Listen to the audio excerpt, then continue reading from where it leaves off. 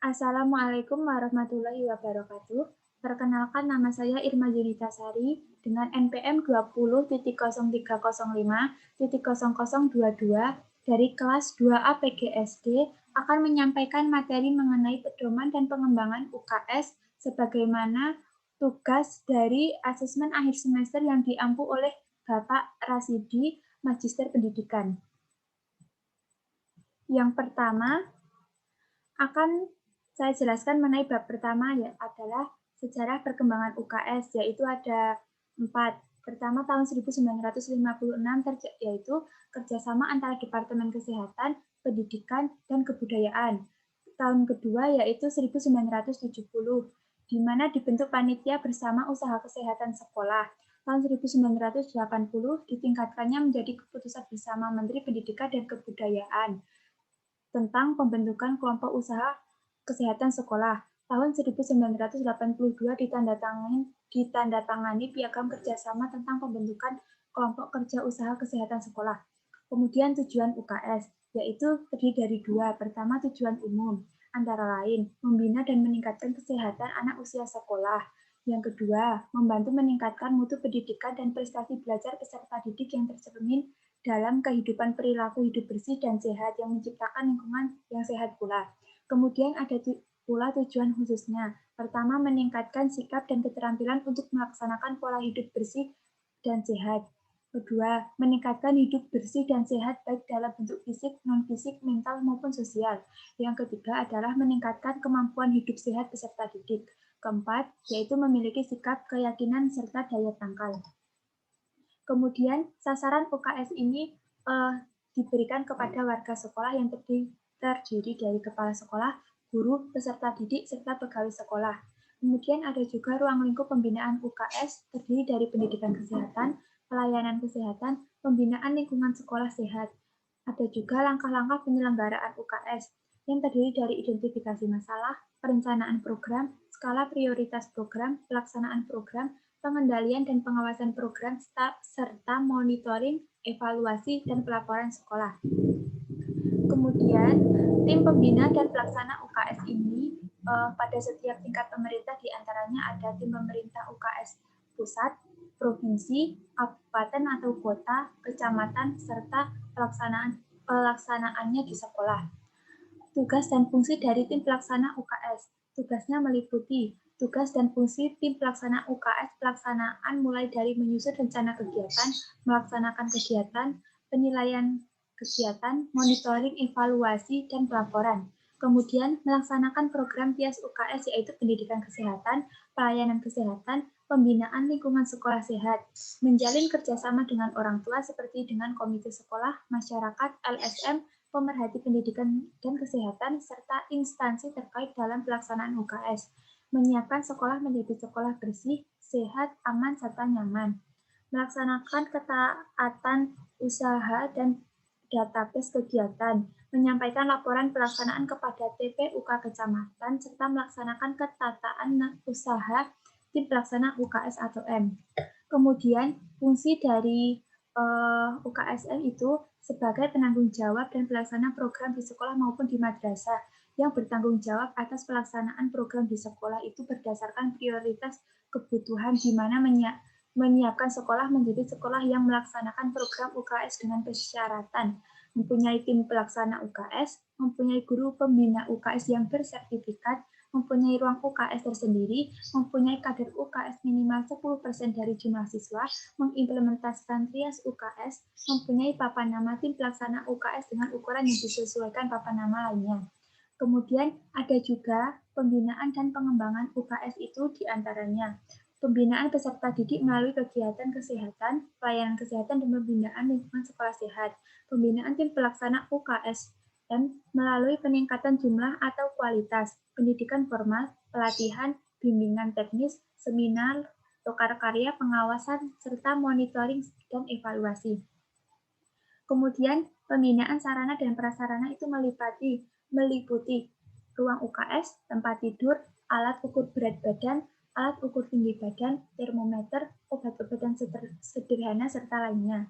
buku pencatatan pemeriksaan kesehatan peserta didik, dan lembar rujukan. Ada juga sarana ibadah sebaiknya yang tersendiri, kantin sehat yang memuat makanan bebas dari zat pengawet, pewarna, mie, serta minuman bersoda. Kemudian pada bab 2 ini ada penyusunan rencana kegiatan UKS yang terdiri dari 5. Pertama, rencana kegiatan tahunan. Kedua, rencana kegiatan dan rencana anggaran belanja UK. Yang ketiga, langkah pelaksanaan. Keempat, penyusunan rencana kegiatan UKSM tahunan. Kelima, dalam penyusunan rencana kegiatan UKSM ini perlu memperhatikan kegiatan yang mengacu pada program UKS atau M, jenis kegiatan, waktu pelaksanaan kegiatan, serta dananya kegiatan. Kemudian, tugas dan tanggung jawab dari 4 kementerian. Yang pertama, dari Kementerian Pendidikan serta Kebudayaan, yaitu menetapkan kebijakan teknis dalam pembinaan dan pengembangan UKS, mendorong pemerintah daerah melaksanakan pelatihan bagi guru pembina UKS. Yang kedua, tanggung jawab dari Kementerian Kesehatan, diantaranya memfasilitasi gerakan masyarakat, sekolah, maupun kampanye kesehatan. Kemudian, melaksanakan komunikasi, informasi, dan edukasi atau KIE tentang UKS yang menyediakan prototipe media KIE, pedoman pembinaan UKSM bagi tenaga kesehatan, serta fasilitas dinas kesehatan. Yang ketiga, tanggung jawab dari Kementerian Agama, seperti menetapkan standar prosedur dan pedoman pembinaan dan pengembangan. Kedua, melaksanakan pengendalian faktor resiko lingkungan di madrasah maupun di pondok. Yang keempat, yaitu tanggung jawab dari Kementerian Dalam Negeri, diantaranya memfasilitasi penyusunan norma, standar prosedur, serta kriteria program UKS, mendorong pemerintah daerah, kabupaten, atau kota untuk membuat peraturan tentang penyelenggaraan UKS. Kemudian, tugas dari tim pembina UKS pusat diantaranya merumuskan kebijakan dan pedoman umum di bidang pembinaan dan pengembangan UKS, melaksanakan sosialisasi dan fasilitas untuk kepentingan UKS, melaksanakan pemantauan serta evaluasi program dan pengembangan UKS secara nasional. Kemudian, ada juga tugas dan fungsi organisasi perangkat daerah provinsi yang terbagi menjadi 2, yaitu untuk sekretariat daerah provinsi dan dinas pendidikan provinsi. Kemudian, tugas dari tim pembina UKSM provinsi yaitu menyusun rencana kerja pembinaan dan pengembangan UKSM yang meliputi pendidikan kesehatan, pelayanan kesehatan, dan pembinaan lingkungan sekolah sehat, menyusun petunjuk pelaksanaan UKSM. Kemudian, tugas dan fungsi organisasi perangkat daerah maupun di kabupaten. Yang pertama, tugasnya itu untuk sekretariat daerah kabupaten atau kota, antara lain memfasilitasi penyusunan norma, standar, prosedur, dan kriteria program UKS atau M, melaksanakan peraturan bupati atau peraturan wali kota untuk memasukkan dalam rencana daerah tingkat kecamatan, kabupaten, atau kota. Kemudian nomor 2 ada tugas dan fungsi dari Dinas Pendidikan atau Kabupaten atau Kota. Di antaranya menetapkan kebijakan teknis dalam pembinaan dan pengembangan UKSM melalui ekstrakurikuler dan intrakurikuler. Kemudian melaksanakan penggandaan sarana dan prasarana. Nomor 3, tugas dan fungsi dari Dinas Kesehatan Kabupaten atau Kota, yaitu menetapkan kebijakan yang mendukung kegiatan UKS atau M. Terus memfasilitasi gerakan masyarakat, sekolah, maupun kampanye kesehatan yang mendukung UKSM.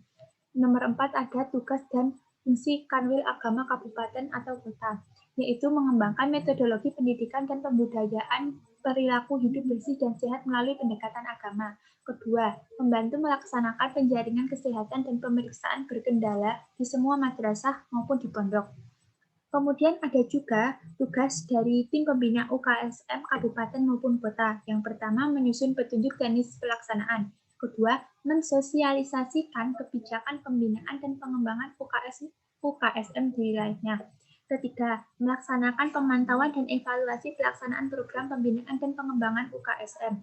Yang kemudian ada tugas dari tim pembina UKSM Kecamatan. Pertama, menyusun rencana kerjasama pembinaan dengan pengembangan UKSM yang meliputi pendidikan kesehatan, pelayanan kesehatan, serta pembinaan lingkungan sekolah sehat. Kedua, membina dan melaksanaan UKSM. Ketiga, melaksanakan pembinaan dan pengembangan UKSM melalui hubungan, bimbingan, dan penyuluhan. Pada bab 3 ini ada pendidikan kesehatan, yaitu pendidikan kesehatan adalah upaya yang diberikan berupa bimbingan atau tuntutan peserta didik tentang kesehatan yang meliputi seluruh aspek kesehatan pribadi baik fisik, non-fisik, dan sosial, agar kepribadiannya dapat tumbuh dan berkembang dengan baik melalui kegiatan kurikuler dan ekstrakurikuler. Tujuannya yaitu memiliki adab, sopan santun, akhlak mulia dalam kehidupan sehari-hari, serta memiliki pengetahuan tentang kesehatan, memiliki nilai dan sikap yang positif terhadap prinsip dan pola hidup bersih yang sehat, memiliki perilaku hidup bersih dan sehat atau PHBS dalam kehidupan sehari-hari. Kemudian, pelaksanaan pendidikan kesehatan ini terbagi menjadi dua. Yang pertama melalui kegiatan kurikuler, yaitu pelaksanaan yang dapat dilakukan melalui kegiatan kurikuler saat pada jam pelajaran yang disesuaikan dengan kurikulum yang berlaku untuk setiap jenjang yang terdapat diintegrasikan ke semua mata pelajaran, khususnya pendidikan jasmani, kesehatan, dan agama. Kemudian ada juga kegiatan ekstrakurikuler, di mana kegiatan ini berada di luar jam pelajaran biasa, seperti kegiatan pada waktu libur yang dilakukan sekolah ataupun di luar sekolah dengan tujuan memperluas pengetahuan, keterampilan peserta didik, serta melengkapi upaya pembinaan manusia Indonesia seutuhnya. Kemudian ada pendekatan serta metode. Pendekatan ini melalui dua, yaitu individu dan kelompok. Dalam pelaksanaannya harus memperhatikan hal-hal seperti sesuai dengan tingkat kemampuan dan perbedaan individual peserta didik. Diupayakan sebanyaknya melibatkan peran aktif peserta didik, sesuai dengan situasi dan kondisi, mengacu pada tempat pendidikan kesehatan termasuk upaya ahli teknologi. Kemudian metode. Dalam proses belajar mengajar, guru dan pembina dapat menggunakan metode belajar kelompok seperti penugasan, diskusi, belajar perorangan, pemberian tugas, pemeriksaan langsung, karya wisata, bermain bersama, ceramah, dan lain sebagainya. Kemudian, pada bab ini adalah pelayanan kesehatan, yaitu upaya peningkatan kesehatan promotif, pencegahan preventif, pengobatan atau kuratif, dan pemulihan rehabilitatif yang dilakukan terhadap peserta didik dan lingkungannya.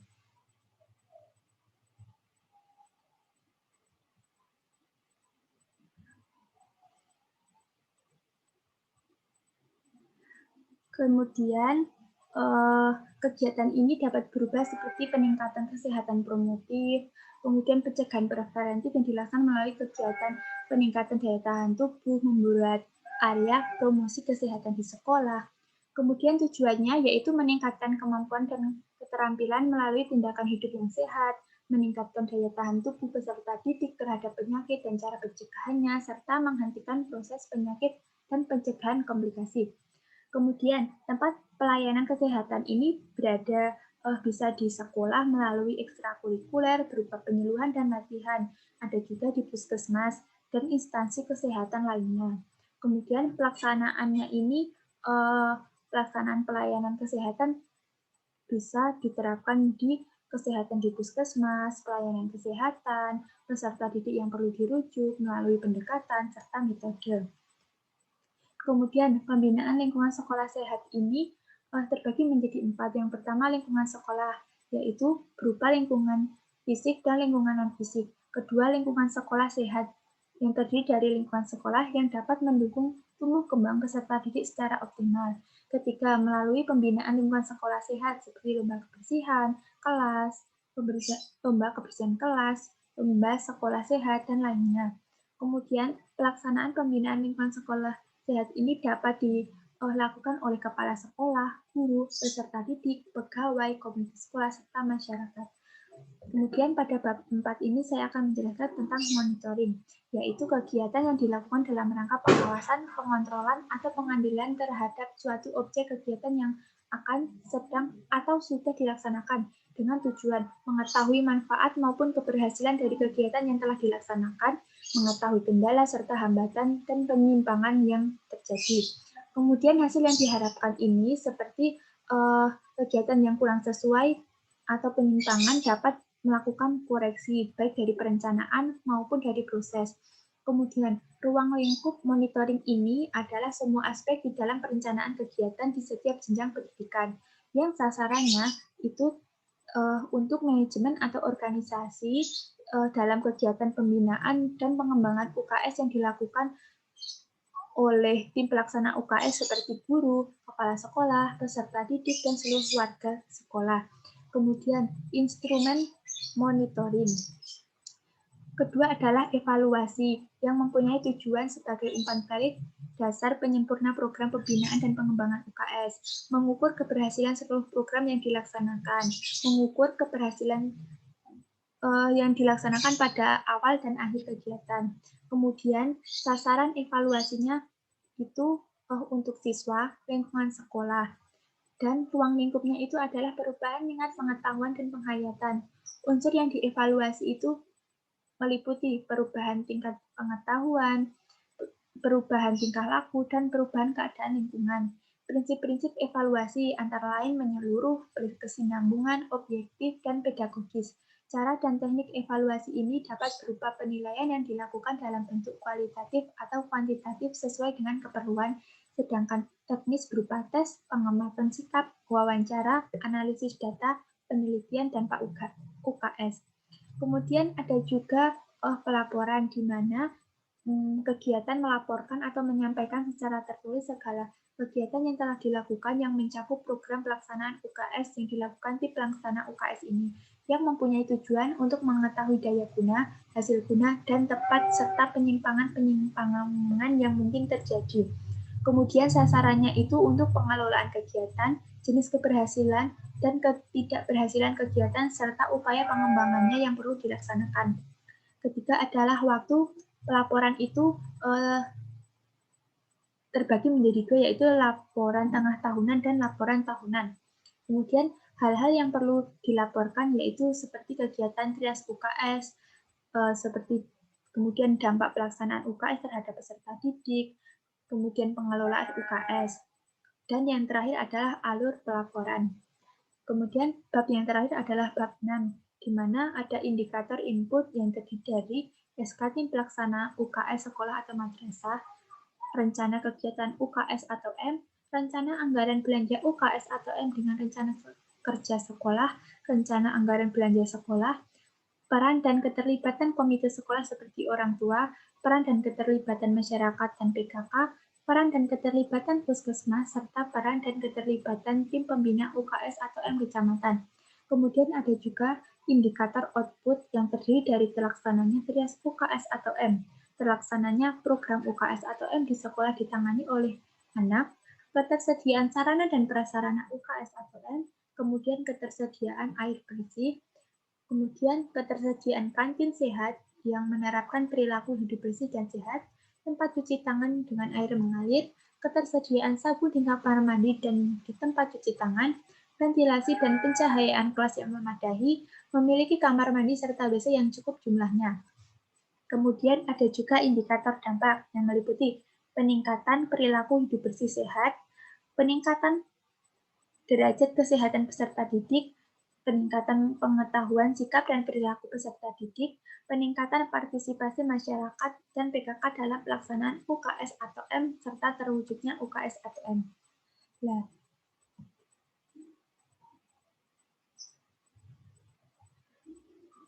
berikut adalah materi yang dapat saya sampaikan. Apabila ada kekurangan dalam saya bertutur kata, mohon dimaafkan yang sebesar-besarnya. Billahi taufiq wal hidayah. Wassalamualaikum warahmatullahi wabarakatuh.